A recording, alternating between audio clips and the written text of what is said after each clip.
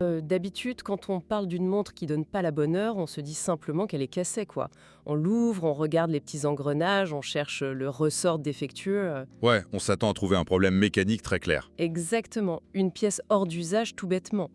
Mais, et c'est là que ça devient dingue dans le cas de la biologie humaine, l'explication mécanique pure, c'est rarement la bonne. Ah, ça c'est sûr. Si on garde la métaphore, la montre n'est absolument pas cassée, le mécanisme est intact, les rouages tournent à la perfection. Donc le problème vient d'ailleurs. C'est ça. Le vrai problème, c'est que cette montre est restée bloquée, genre de manière permanente, sur le fuseau horaire d'une toundra glaciale. Une toundra glaciale. Ouais, et elle est synchronisée avec une époque qui remonte à 70 000 ans environ. C'est qu'une image vraiment troublante. Et franchement, elle illustre parfaitement le cœur de notre exploration d'aujourd'hui. Parce que cette difficulté que tant de personnes dans notre auditoire ont à sortir du lit le matin, Ou au contraire, ceux qui se réveillent à l'aube sans aucun effort. voilà, le fameux club des lève-tôt, cette propension inexplicable, c'est pas forcément une question de volonté ou de pathologie moderne. En fait, la réponse se cache carrément dans notre ADN néandertalien. Et c'est un changement de paradigme fondamental, tu vois. On relie nos petites habitudes matinales ou notre grosse fatigue autour de la machine à café aux plus grandes migrations de l'histoire de notre espèce. C'est un sujet qui est tellement vaste qu'il nécessite des bases solides. Et justement, nos sources du jour offrent une perspective incroyable là-dessus. On a d'abord cette étude génétique abyssale, vraiment massive, publiée dans la revue Genome Biology and Evolution. Une étude menée par l'équipe de Kayla Velasquez-Arcelé, oui. Très complexe, mais fascinante. Absolument. Et pour rendre toute cette complexité un peu plus intelligible pour nous tous, on s'appuie aussi sur un article de vulgarisation super percutant paru dans Sciences Post. Il faut aussi saluer le contexte éditorial du journal L'Humain. Ils ont pensé tout ce dossier comme le 4e volet de leur série documentaire Science inaperçue. C'est ça, la série consacrée aux découvertes passées sous les radars. La mission de notre plongée documentaire aujourd'hui, c'est vraiment de comprendre comment l'histoire ancienne des migrations humaines dicte encore aujourd'hui nos rythmes quotidiens. L'enjeu dépasse de très loin la simple question de savoir si on préfère le matin ou le soir, hein. On parle ici des fondations même de notre métabolisme, avec des répercussions vertigineuses sur la santé moderne. Bon, décortiquons un peu tout ça. Pour bien capter la mécanique de cette fameuse horloge antique, il faut d'abord poser le cadre historique que décrivent nos sources. Et franchement, les échelles de temps donnent un peu le vertige. Oh oui, carrément le vertige. Il y a environ 700 000 ans, l'arbre généalogique humain se fracture. La grande séparation, en effet. D'un côté, on a les ancêtres directs des humains anatomiquement modernes, notre lignée quoi, qui reste sur le continent africain. Et de l'autre côté, De l'autre côté, d'autres populations migrent. Elles quittent l'Afrique et s'installent en Eurasie. Ce sont eux qui vont donner naissance à deux groupes distincts, mais vraiment fascinants, les Néandertaliens et les Denisoviens. ils vont s'installer là-bas pour un bon moment. Ouais, ils vont survivre en Eurasie pendant plus de 400 000 ans. Mais attends, 400 000 ans d'isolement géographique et génétique, ça représente quoi concrètement à l'échelle de l'évolution, Guy? Parce que honnêtement, on a un peu de mal à se représenter une telle durée. C'est tout simplement monumental. 400 000 ans, c'est des dizaines de milliers de générations soumises à des pressions environnementales diamétralement opposées. Donc des chemins évolutifs complètement séparés. Exactement. L'humain moderne évolue, se perfectionne et optimise sa biologie sous un climat africain, avec une chaleur bien spécifique, des pathogènes précis et surtout, et c'est le point clé, un cycle solaire très régulier. D'accord. Et pendant ce temps-là, dans le nord, Pendant ce temps, en Eurasie, Néandertal et Denisova affrontent un monde radicalement différent. La biologie de chaque groupe devient une réponse hyper spécialisée à son environnement respectif. ce qui nous amène à l'événement déclencheur, du coup, il y a environ 70 000 ans, les humains modernes sortent finalement d'Afrique. Ils remontent vers l'Eurasie. Et vers 60 000 ans avant notre ère, c'est la grande rencontre. Le choc des cultures, ou plutôt le choc des génomes, il rencontre les Néandertaliens. Et tu sais, l'analogie qui me vient toujours à l'esprit en lisant ces sources, c'est celle de la mise à jour informatique. C'est une super métaphore. Imagine une population entière qui n'a connu que le climat de l'équateur et qui déménage brusquement en Islande. En temps normal, la sélection naturelle aurait dû les décimer. S'adapter au froid extrême et à l'obscurité en partant de zéro, juste par le jeu des petites mutations aléatoires, ça demande un temps que l'humain moderne n'avait tout simplement pas. Exactement. Au lieu de subir cette lente agonie évolutive en attendant que la nature fasse son œuvre, le croisement avec les Néandertaliens a fonctionné comme le téléchargement direct d'une mise à jour logicielle. Ils ont littéralement absorbé des gènes locaux. Des gènes déjà polis, testés et optimisés par 400 000 ans de survie eurasienne. En fait, ils ont récupéré les clés de l'adaptation environnementale directement auprès des locaux. L'image de la mise à jour logicielle est très parlante. Cependant, et c'est là qu'on corrige une idée reçue, l'étude génétique pointe du doigt une erreur d'appréciation qu'on fait presque tous sur ce nouveau monde. Ah bon? Laquelle? Stocker des graisses, de faire pousser des poils, de résister au gel, tout ça. Ouais, c'est l'image classique de l'âge de glace. Or, les chercheurs montrent que le choc environnemental majeur, le truc le plus difficile à gérer biologiquement parlant, c'était pas la température, c'était la photopériode. La photopériode, c'est-à-dire la lumière de la journée, tout simplement. Exactement. Près de l'équateur, la donnée est simple. Le soleil se lève et se couche avec une régularité de métronome. 12 heures de jour, 12 heures de nuit, quasiment toute l'année. Donc le corps sait exactement à quoi s'attendre. Le système nerveux s'habitue à cette prévisibilité. Mais aux hautes latitudes, que ce soit en Europe du Nord ou dans les grandes steppes sibériennes, les variations saisonnières deviennent complètement extrêmes. C'est clair, en plein été boréal, le soleil ne se couche presque pas, la lumière reste super tard dans la nuit. Et en hiver, c'est l'inverse. C'est l'obscurité qui règne en maître. Ce grand écart lumineux, d'une saison à l'autre, exigeait une horloge biologique interne fondamentalement différente de celle développée en Afrique. Il fallait une horloge élastique en fait. Voilà, un système capable de se distendre et de se contracter pour suivre ces cycles jour-nuit délirants. Et ce besoin a laissé une trace indélébile en nous. C'est quand même incroyable de lire dans les sources que près de 40% de l'ADN archaïque, globalement, a survécu jusqu'à nos jours. Ce qui est fascinant ici, c'est que la conservation de ces gènes n'est pas un accident. Surtout qu'individuellement, chaque personne ne porte qu'environ 2% d'ADN néandertalien en moyenne, mais collectivement, c'est un immense puzzle mondial. Oui, l'évolution est une force impitoyable. Si ces lignes de code génétique ont survécu à 60 000 ans de sélection naturelle et de brassage intensif, c'est qu'elles conféraient un avantage évolutif massif à nos ancêtres. Et c'est précisément ce que l'équipe de chercheurs publiée dans Genome Biology and Evolution a voulu décrypter, non? Tout à fait. Ils ne se sont pas contentés de dire « Oh, regardez, on a de l'ADN archaïque », ils ont traqué comment cet ADN manipule spécifiquement notre rythme circadien. Notre horloge interne. Et leurs données montrent une focalisation sur 246 gènes liés à cette horloge. On y trouve des gènes avec des noms de code un peu barbares comme Clock, PER2 ou RORA. Parmi ces 246 gènes, ils ont découvert que 28 présentaient des variantes d'épissage chez les populations archaïques, et 16 autres avaient une régulation divergente. L'article de Science Post explique d'ailleurs ce terme complexe, l'épissage, en le comparant à une forme de montage de film. Je trouve ça génial. Le concept du montage cinématographique illustre très bien l'épissage en effet. Imagine que la séquence ADN brute, le gène de base, ce soit la pellicule originale d'un film. Ok, j'ai la pellicule. L'humain moderne et le néandertalien peuvent posséder exactement la même pellicule brute dans la salle de montage cellulaire. Mais au moment de finaliser le film, le monteur néandertalien coupe certaines scènes, en allonge d'autres ou insère des transitions un peu différentes, c'est ça? C'est exactement ça. À l'arrivée, la protéine produite, qui est le film projeté en salle, pour garder l'image, a une forme et une fonction légèrement modifiées. C'est une façon fantastique pour la nature de créer de la diversité biologique sans avoir à inventer de nouveaux gènes en partant de zéro. C'est brillant. Mais là, je me mets à la place de n'importe qui écoute cette plongée documentaire. Il y a quand même un obstacle logique énorme. Lequel ? Comment on peut sérieusement affirmer savoir comment un gène était monté, exprimé ou régulé il y a 100 000 ans ? Je veux dire, on ne travaille pas sur des organes intacts ou du sang conservé dans l'azote liquide. On parle de microscopiques fragments d'os pétrifiés ramassés au fond d'une grotte. C'est un vrai défi, c'est clair. L'expression génétique, c'est de la biologie dynamique. Ça vit, ça bouge en permanence. Alors comment on lit l'heure d'une horloge biologique sur un vulgaire fossile? Et c'est là qu'intervient la véritable prouesse méthodologique de notre époque. Les chercheurs n'ont pas cherché de tissu mou fossilisé, parce qu'il n'y en a pas.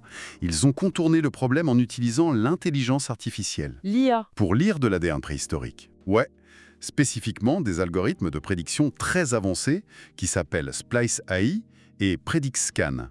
Et pour que ces algorithmes fonctionnent, il a fallu d'abord leur apprendre les règles de la biologie moderne, grâce à un projet titanesque appelé GTX. Le projet d'expression des génotypes et des tissus, c'est bien ça? C'est ça. GDX est une base de données monumentale. Elle cartographie la façon dont des millions de variations génétiques influencent l'expression des gènes dans plus de 40 tissus humains différents, et ce chez des personnes vivantes aujourd'hui. D'accord, donc on nourrit l'IA avec ces données actuelles. L'IA a ingéré ces données colossales pour apprendre la grammaire de l'ADN humain.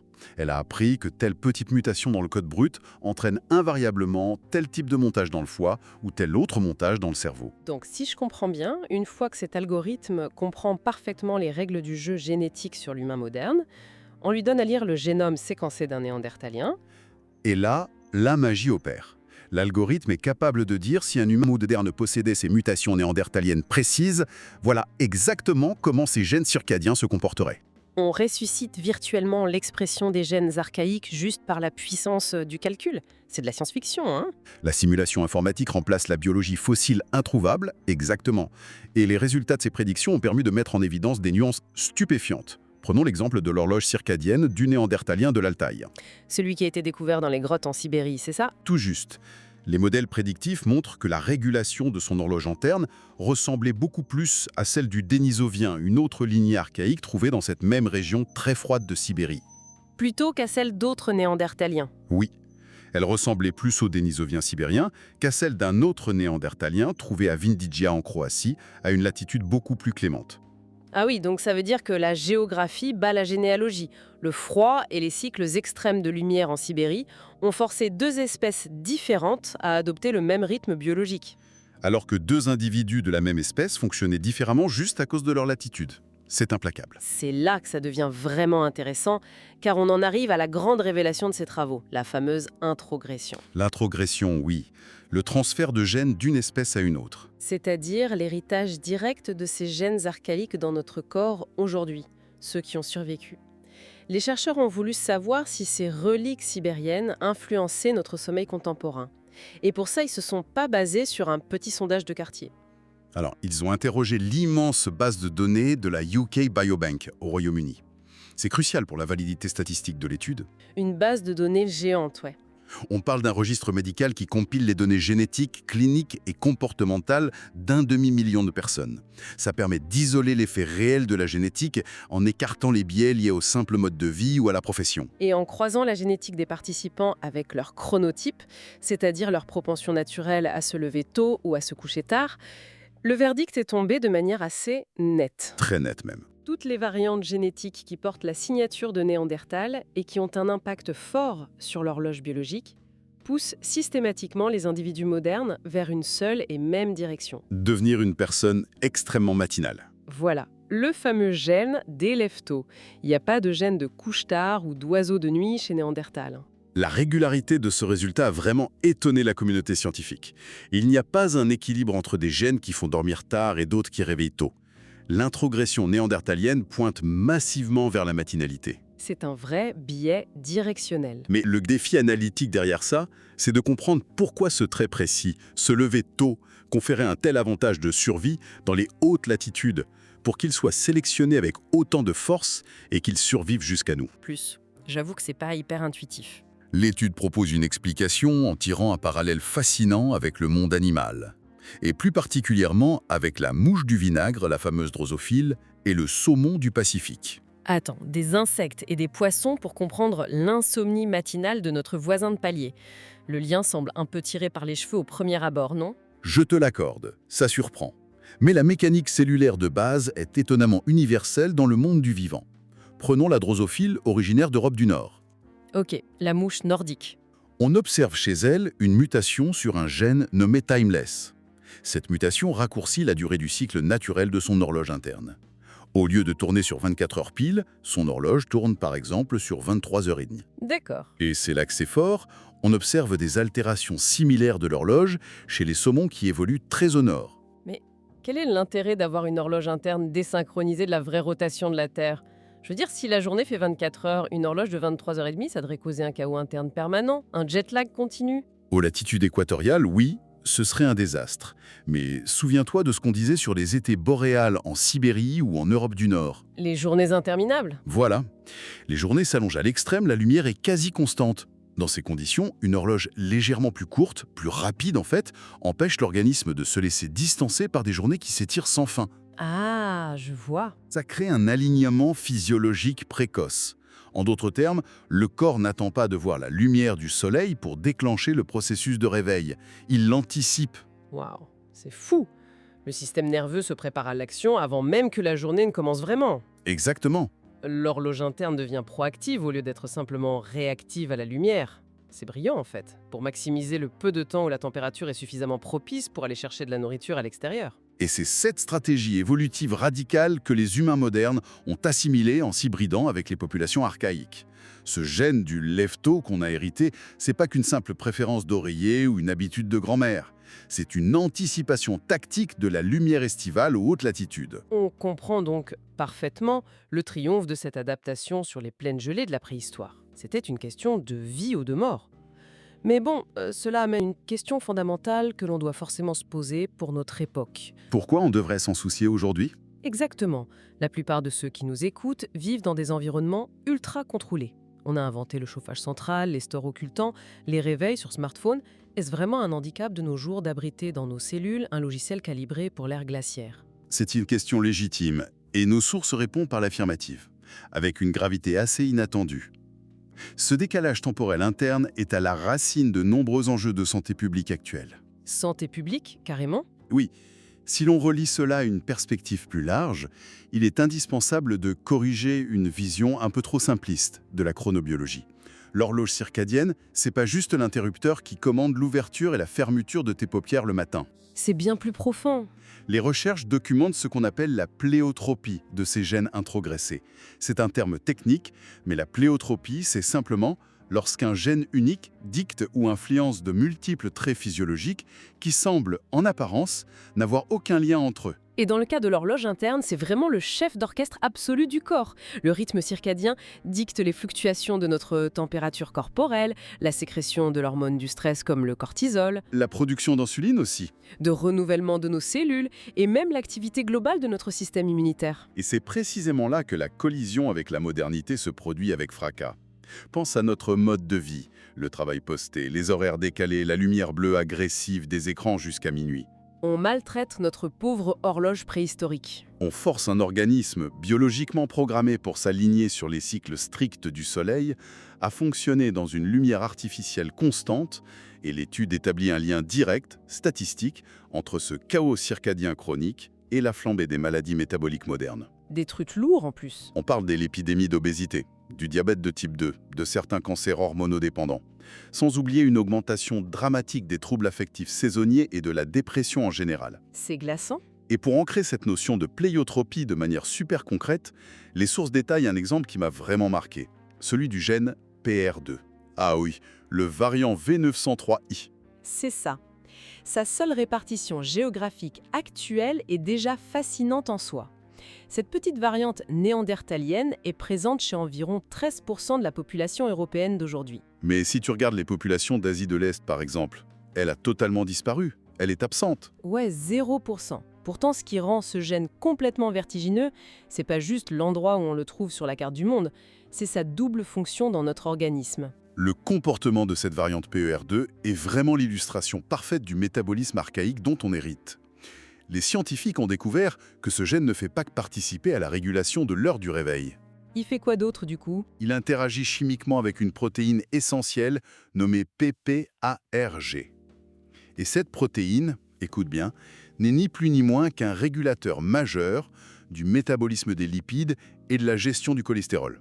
C'est ça qui est complètement fou, hein. Ça veut dire que le même interrupteur génétique qui envoie le signal « Hey, réveille-toi, il va faire jour » à ton cerveau, envoie simultanément le signal « Commence à dégrader les graisses stockées au reste de ton corps ». Le cycle du sommeil et la mécanique même de la digestion des graisses sont physiquement, génétiquement fusionnés par cet héritage. C'est un seul et même système. Cela explique en grande partie la rapidité et la sévérité des conséquences d'un sommeil irrégulier sur la prise de poids. Le métabolisme des graisses attend sagement le signal d'une aube ancienne, une aube lumineuse, claire, pour s'activer efficacement. Mais nous, on brouille tout. En brouillant le signal lumineux avec nos écrans et nos horaires chaotiques, on désactive carrément l'usine métabolique, tout en continuant à s'alimenter le soir. L'évolution n'a jamais séparé la survie thermique du rythme de sommeil.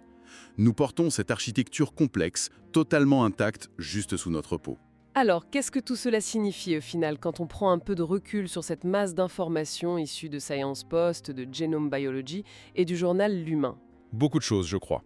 Premièrement, ça détruit complètement le mythe d'une biologie humaine pure et isolée. Notre génome est un assemblage composite, bricolé avec le temps, et les migrations préhistoriques ont redessiné la mécanique intime de nos organes. c'est une belle leçon d'humilité évolutive. Deuxièmement, on prend conscience de la puissance de calcul moderne. Être capable de lire le montage moléculaire d'un organisme disparu depuis 40 000 ans, grâce à des intelligences artificielles entraînées sur des millions de données actuelles, c'est prodigieux. Un vrai voyage dans le temps génétique. Mais surtout, on réalise que notre propension à être matinal n'est pas une simple caractéristique de personnalité.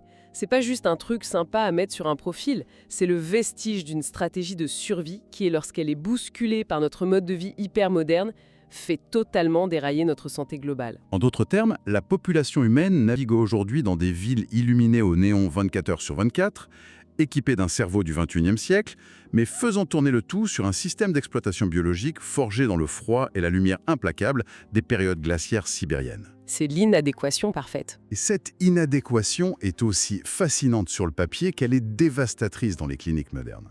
Le constat médical est sévère, c'est vrai. Nous imposons un rythme frénétique, post-industriel, à une enveloppe néandertalienne.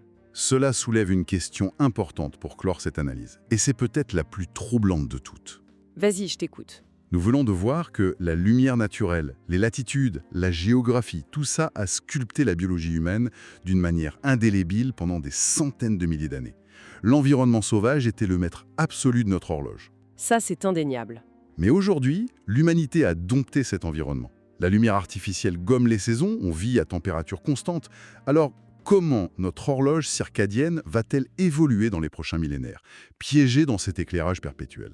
C'est une excellente question. Et que se passera-t-il, par exemple, lorsque des populations humaines commenceront à vivre de manière prolongée dans l'espace, ou sur d'autres planètes, comme Mars, où la durée du jour et le concept même de saison n'ont plus aucune commune mesure avec ce qu'on connaît sur Terre? Des colonies martiennes avec des horloges néandertaliennes, ça promet. Exactement. Sommes-nous déjà en train de forger, à notre insu, le futur chronotype d'une espèce devenue totalement indépendante de son étoile d'origine? Waouh! C'est un vrai vertige temporel qu'il faudra garder à l'esprit demain matin, au moment où la sonnerie agressive du réveil retentira dans l'obscurité d'une chambre fermée. La fatigue que vous ressentez à ce moment-là n'est pas forcément une faiblesse. C'est simplement l'écho lointain d'un monde qui a cessé d'exister.